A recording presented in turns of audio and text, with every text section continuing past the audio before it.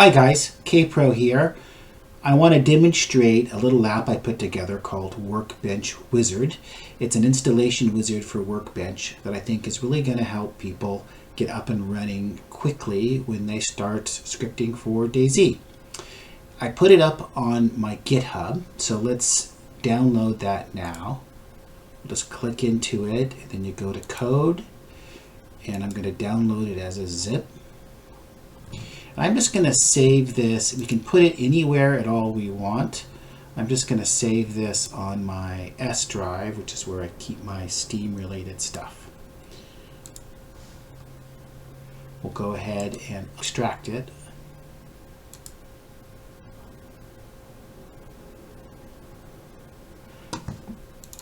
All right, so here it is. It's there's an exe, which is all we really care about. So let's go ahead and run that by double clicking.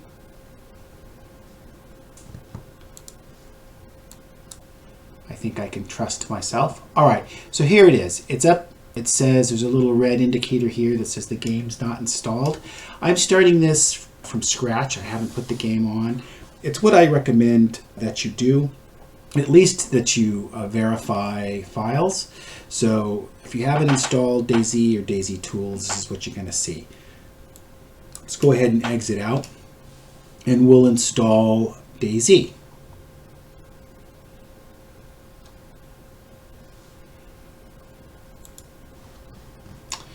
All right, so we need Dayz. We'll install that. And we need tools, and we'll install that. And that's it. We don't need server right now. I'll explain that a bit later, but we just need tools and Dayz.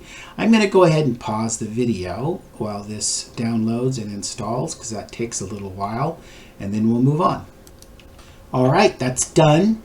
Now I want to just run Workbench Wizard again very quickly. It's not going to work, but I want to show you why. It still says it's not installed, and that's because anytime you're doing anything with Workbench, you have to run the Dayz game and Dayz tools once normally. So we're just going to close it again and take care of doing that. We'll play Dayz.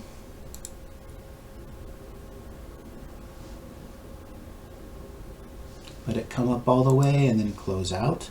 We'll do the same thing with tools. Close that. Okay, we can close this because we won't need it anymore. And now when we open Workbench Wizard, we'll see that it's green and we're ready to go on to the next step. For the next step, we're going to extract and mount our P drive. It's going to use Dayz tools to do that in the background using Dayz tools default settings. Hit yes. Yes again, and yes again, and then we'll let this unpack. It takes quite a while, so I will pause the video once more. All right, that is done and has closed. We can see that there is a P drive and see everything on it, so that's good and as it should be. If we want, we can run increment dabs fix scripts utility to organize our P drive nicely. I'm going to do that, and then we can move on to the next step. All right, here's where we set up the overall structure. There's really three choices. You can put your mods, your packed mods and your source code directly in the P drive, directly in the Dayz game folder. Either one of those options have the virtue of eliminating some of the symbolic links that you would need to use otherwise. But there's really no good option that completely eliminates them. The third way to go is to put your source code and packed mods in an entirely different folder. That's what I like to do. I actually think Workbench runs slower, or at least starts slower, if you put it on P drive, so I don't like to do that. And I do like to keep all my source files and my packed mods together in a subfolder. I think it's nicer to do that way. But you can choose any of these options. just for demonstration purposes, we're going to choose the other in both cases. So I'm going to put my source code on my S drive, and I'm just going to make a folder for that. I'm going to call it mod source. You can call it anything you want, and you can put it in any directory you want if you use this option. Hit OK. See it there. I'm going to do the same thing for my packed mods. I'm going to put it on the same drive.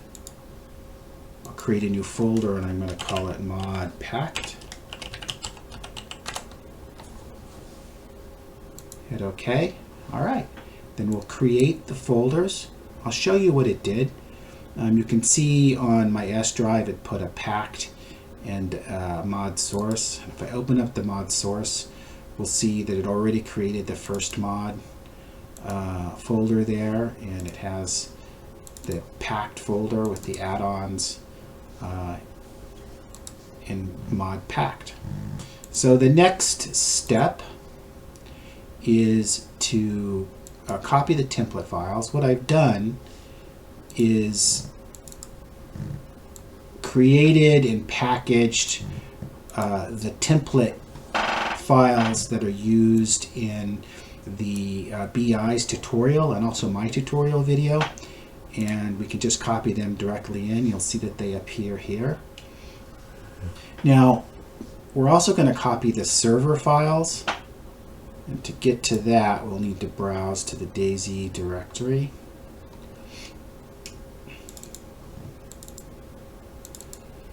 Okay, now we're going to use the diagnostic exe to run both the game and the server, and that's required by Workbench. Otherwise you can't use the cool debugging features, which is the whole reason for doing this. So we'll copy the server files over, and that's the MP missions and missions, and also the server config file. So we'll see that those appeared here. All right, and then we're going to create the batch files. You may have noticed I moved by it pretty quickly, but there are batch files here that we're going to use to start the game and to start Workbench. But these files have template information in them and aren't customized for the choices that you made in the previous step. So we'll click on that, and what that did is that went through and customized our batch file.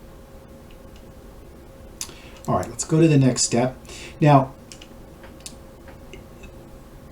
we need NK links or symbolic links to various places, and they're outlined here. And because we chose, in this case, to put our source and built mod folders in a place different from the Dayz folder or the P drive, we need sort of the maximum number of links. This is going to take care of those links and make them for us. And that's it. We're done. All right, if we go to our P drive, we'll see that we have symbolic links here for the packed mod. That's the one with the @ symbol, and then the source code, that's the one without it. If we click on that, we get into the actual folder, and we can see the contents. That's what we need. If we will go to the Dayz game, we'll see the same thing.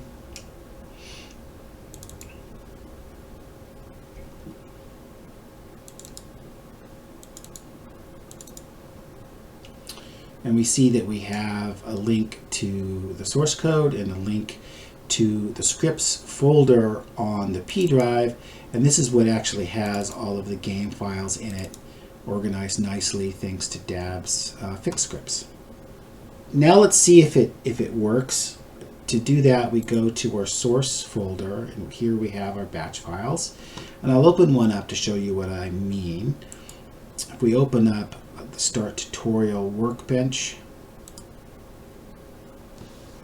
we can see here that our choices about where to put the packed files are reflected in the batch file, as well as it went out and found the location of Workbench and put that in here. So let's go ahead and open Workbench.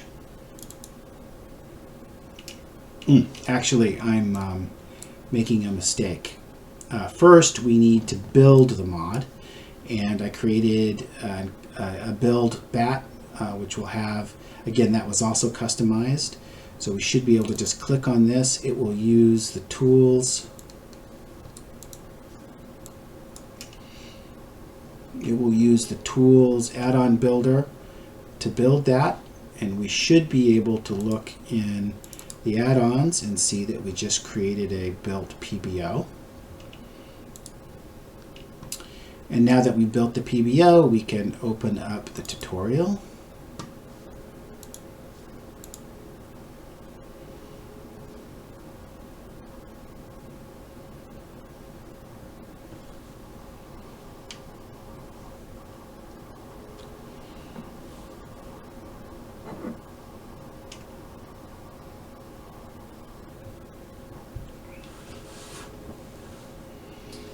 Okay, and we'll go ahead and open the script editor. And we see that this has the structure that we're looking for, which is to say the Dayz game files are in their own folder, and then our mod folder appears here. And then we have our playerbase.c, which comes from the BI tutorial and my tutorial video right here. So we're ready to open the server. So we'll just double click there.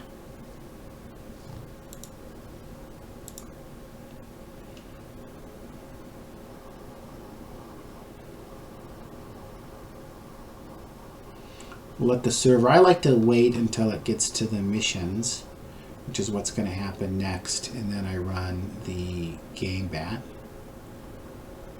There it goes, it's reading the mission, so I'll launch the game.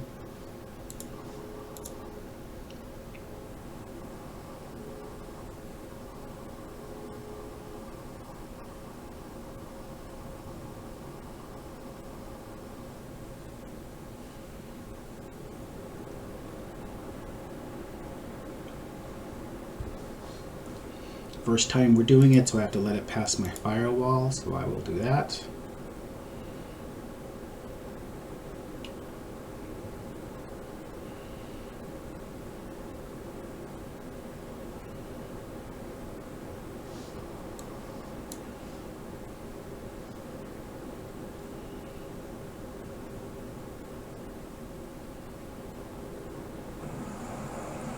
Okay, we're in game. Now I'm just going to go, I want to bring the script editor again.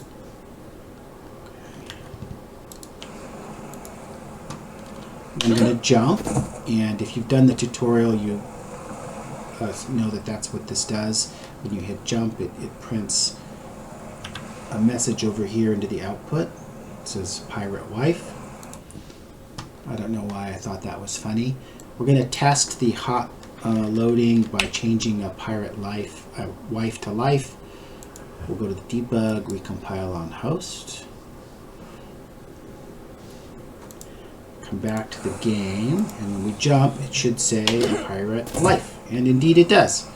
So yay for us. In a few clicks, in a few minutes, we have working workbench. We could set our breakpoints and they would work, and also we can hover over variables and it will show what the content of the variable is. So I hope that this is useful. I included a couple of other batch files, which right now I'll demonstrate. One is to kill Dayz, which is helpful. And then if the links ever become corrupted for one reason or another, you can just double click link all and it'll put it back. Now, one last thing is, this is set up for a mod that is called first mod. And obviously not all your mods are going to be first mod. So when you change it, you have to change it in each one of these batch files. And you should only really need to change the name. So where it says @first mod, you're going to put your mod name, at second mod or at very cool thing, whatever it is you're going to do. And you can go through and do that with all of these batch files. Now there's easier ways to handle that. A lot of us use some kind of tool to take a template file and very quickly create a new mod with it. And I have a tool called Dayz Commander that I'm going to roll out probably later this week that does that. But I really recommend using the batch files until you're comfortable, because you have a lot more control when you're using the batch files.